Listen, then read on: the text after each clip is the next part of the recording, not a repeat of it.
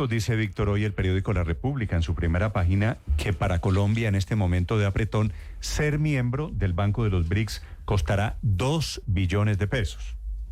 Sí, Néstor, es que el compromiso hace un mes, cuando el gobierno nacional radicó esa solicitud para ser parte de este nuevo Banco de Desarrollo de los BRICS, en ese momento firmó un compromiso para hacer un aporte por un poco más de 500 millones de dólares. Ahí le da la cuenta, 2 billones de pesos. Aunque tengo entendido que todo ese aporte no se da de una sola tajada, sino que se hace un aporte paulatino. Creo que sí, por cuotas. Pero sí, ese aparentemente es el compromiso, porque al final lo que hace Colombia es volverse accionista en una fracción mínima de ese nuevo Banco de Desarrollo y tiene ciertos derechos, puede recibir préstamos con tasas de interés diferenciadas y demás, y ese es pues el costo por hacer parte de ese Banco de Desarrollo. Y efectivamente tiene un costo entrar a un banco, entra como socio de un banco. Terminamos en la foto con Irán, terminamos en la foto con China, terminamos en la foto con Rusia. Es una jugada, por otro lado, estratégica. Preside ese banco de los BRICS. Geopolítica. Pero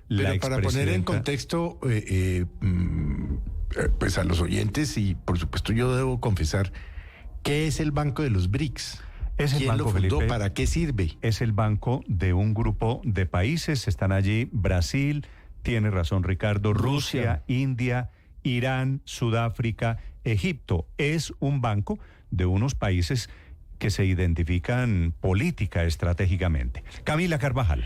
Sí, señor Néstor, y para poder entender este tema hay que empezar sabiendo una cosa. Uno es el bloque BRICS y otra cosa los países que están en el banco BRICS, que es a donde llega Colombia, que puede ser sí el primer paso para después entrar al bloque original de los BRICS. Lo primero que hay que decir es que Colombia hizo oficial lo que había sido un anuncio del presidente Gustavo Petro en la visita a China, esa que había ocurrido en mayo, cuando se habló de la ruta de la seda y de la posibilidad de entrar al banco de los BRICS. Ese que es el banco donde están, por ejemplo, Brasil, Rusia, India, China y Sudáfrica, que son los principales, y también unos miembros prestatarios del banco. En eso se incluye otros países como Egipto, Etiopía, Irán, país en guerra, Emiratos Árabes, Indonesia y ahora también Colombia. Eso en cuanto al banco, pero el bloque de los BRICS tiene más países. En el bloque en general, los estados miembros son Brasil, Rusia, India, China, Sudáfrica, Egipto, Etiopía, Irán,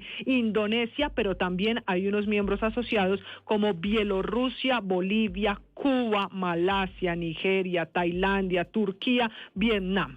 Ubicados en para dónde llegó o a dónde llegó Colombia, lo primero que hay que decir es que entrar al banco de los BRICS le vale a nuestro país 2 billones de pesos, que son 512 millones de dólares. El acuerdo al que se llegó es que el primer desembolso, como explicaba Víctor, tiene que hacerse en 6 meses a partir de este anuncio y será de 102.5 millones de dólares. Queda un pendiente, 410 millones de dólares que según el acuerdo solo se pagarían si el banco en algún futuro lo reclama, porque entran a una categoría que se llama compromiso contingente. Este banco de los BRICS fue creado en 2015 y el anuncio lo celebra en las últimas horas la canciller de Colombia, Laura Sarabia.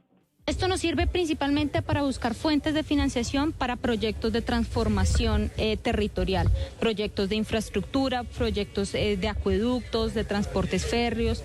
Específicamente para eso sirve y estaremos buscando los mejores proyectos. A partir de la petición que hicimos en Shanghái, la instrucción del presidente Petro era tener los proyectos listos apenas. ¿Y qué quiere Colombia, dicho de otra manera, con la llegada de los BRICS? Buscar créditos no solo en el Fondo Monetario Internacional o en el Banco Mundial, que es la banca multilateral que durante la historia ha ayudado al país, le ha prestado plata, siempre con el impulso de Estados Unidos. Dice el gobierno colombiano que hay que buscar otras maneras, otras opciones de créditos favorables para obras de infraestructura, energías renovables, salud y educación, y que esa otra manera es mirando precisamente al bloque de los BRICS. Finalmente, dice la canciller Sarabia, que espera que este acercamiento con esos países no deteriore la relación con Estados Unidos, que porque como usted entenderá, pues no recibe nada bien esta decisión de Colombia de aliarse, unirse o acercarse más a esas economías. Claro, tiene razón Camila, es una jugada por supuesto de geopolítica. El doctor Jairo Bautista es el director de presupuesto del Ministerio de Hacienda que maneja este tema en el gobierno. Doctor Bautista, buenos días. Hola Néstor, muy buenos días. Con una corrección, exdirector de presupuesto desde mediados de mayo de este año. Bueno, perdóneme, que manejó este tema hasta hace apenas algunos días. Doctor Bautista, ¿cuál es la gracia de Colombia de entrar al Banco de los BRICS? Bueno, yo creo que uno tiene que ver esta decisión como parte normal de una ampliación de las fuentes de financiación del gobierno nacional. De hecho, Colombia participa en muchos bancos, en la CAF, hace parte como prestatario del Banco Centroamericano y del Caribe, es apoyado por la Agencia Francesa de Desarrollo, donde también hay una relación muy profunda de muchos años. Entonces lo que se busca también es tener una nueva fuente de financiación que le apuesta también a una mirada diferente de la financiación para el desarrollo. Y esto no es nuevo, esto pues digamos ya lleva muchos años. Colombia ya había intentado desde el principio de la administración del gobierno Petro entrar al Banco BRICS, se había planteado esa posibilidad, pero hasta ahora digamos que creo que se alinearon los astros y pues aunque esto no pasaba por la dirección de presupuesto, sino que es una decisión ya mucho más estratégica del ministerio, pues en realidad nosotros ya habíamos sido digamos notificados de la intención, de las necesidades de capitalización del banco, aunque estas nunca se llevaron a cabo. Entonces hasta que no se generara el compromiso, pues nosotros en presupuesto no entrábamos a revisar el tema. Como ahora ya es una cuestión formal, pues yo me imagino que ya a partir del otro año, pues esto se programará. Doctor Bautista, ayer el ministro Ávila decía en el Congreso de la República que estar en este Banco de los BRICS pues se convierte en una alternativa de financiamiento frente al Fondo Monetario Internacional. Y usted muy bien lo sabe, el Fondo Monetario Internacional nos suspendió temporalmente y es posible que nos quite la tarjeta de crédito que se llama la línea de crédito flexible por estos temas fiscales complejos de Colombia. Si nosotros llegáramos a pedir un préstamo a los BRICS, ¿tendría condiciones más favorables que un eventual préstamo frente al Fondo Monetario Internacional? Y lo pongo aquí de contexto. Desde el gobierno han criticado mucho ese préstamo por $5.600 millones que el presidente Petro ha tenido que pagar, pero fue un préstamo con tasas de interés muy bajitas. Cuando hacemos ese comparativo en términos de tasas de interés, ¿qué le favorece más a Colombia, el Fondo Monetario o BRICS? Yo creo que son dos modelos de financiación diferentes. Yo creo que ambos son necesarios para distintas cosas. El Fondo Monetario Internacional tiene muchas líneas de financiación, pero todas ellas están digamos de alguna manera reglamentan, regulan o someten decisiones de política fiscal y económica y, por ejemplo, en el caso del FCL se condiciona a una determinada estrategia fiscal. Se puede utilizar de manera mucho más global, mucho más general para financiar el presupuesto de la nación, mientras que los créditos BRICS están orientados a proyectos concretos de infraestructura. Esa es la particularidad de la financiación, no solamente del Banco BRICS. ¿El Banco BRICS presta más barato?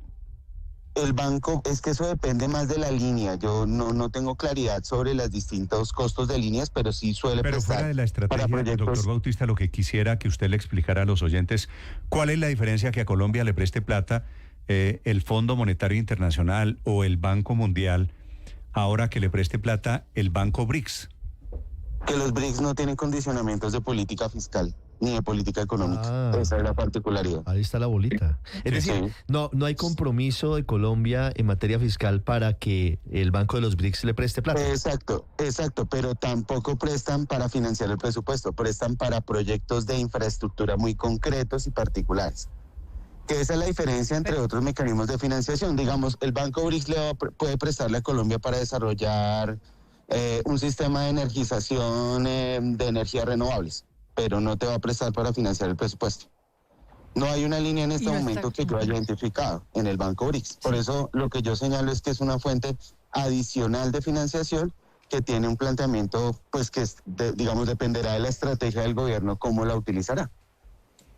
¿Alguna otra de estas fuentes de financiamiento, CAF, como dice usted, el Banco Centroamericano y del Caribe, la Agencia Francesa de Desarrollo, que también esté prestando hoy en día para proyectos concretos de infraestructura? Es decir, como contra quién compite el BRICS, el nuevo banco. Sí. Contra todos ellos. Lo que pasa es que las agencias de financiación también tienen la particularidad de prestar para, pueden ser flexibles, por ejemplo, prestar para financiar el presupuesto bajo determinados condicionamientos o para préstamos para proyectos de inversión muy particulares. Entonces, la diversidad en eso es lo que se necesita, digamos, buscar nuevas fuentes siempre es importante y sobre todo por los tamaños, digamos que los créditos anuales son... ¿Cuál es el primer proyecto que se va a financiar en Colombia con plata BRICS?